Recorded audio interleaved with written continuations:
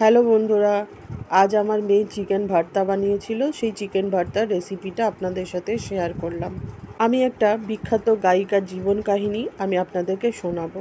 তার নামটা আমি প্রকাশ করছি না।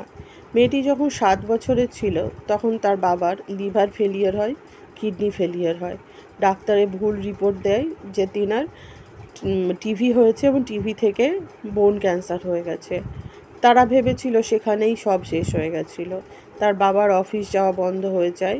বাড়িতে একমাত্র আর্ন করার মানুষটাই বাড়িতে বসে পড়ে।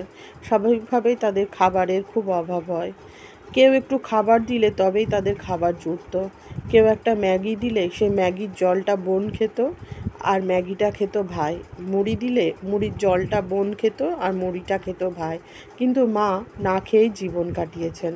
বাবার পরিবারের সবার যেখানে তাদের পাশে দাঁড়ানো উচিত ছিল তারা বেঁকে বসে। তারা বলে তার মা তার বাবার ট্রিটমেন্ট করবে না, কারণ তার মা তার বাবার সমস্ত ধন সম্পত্তি সব নিয়ে নিয়েছে।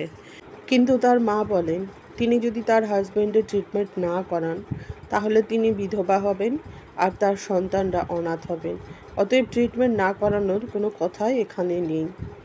এমনকি তার পরিবারের লোকরা এটাও বলতো যে তার সন্তান বা তার মা খেতে পাক আর না পাক তাকে হসপিটালে তার বাবার কাছে থাকতে হবে।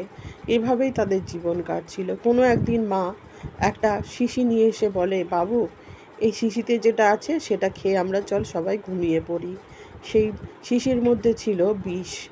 যাই হোক, এইভাবেই জীবন কাটছিল। কিন্তু মেয়েটি কঠোর পরিশ্রম করে এবং আজ সে এক বিখ্যাত গায়িকা। আজ তার পরিবারের লোক, আজ গোটা পৃথিবী তাকে চেনে। আজ তাদের খাবারের অভাব নেই। আজ তার বাবার পরিবারের সবাই তাকে পরিচয় দিতে খুব গর্ব অনুভব করে।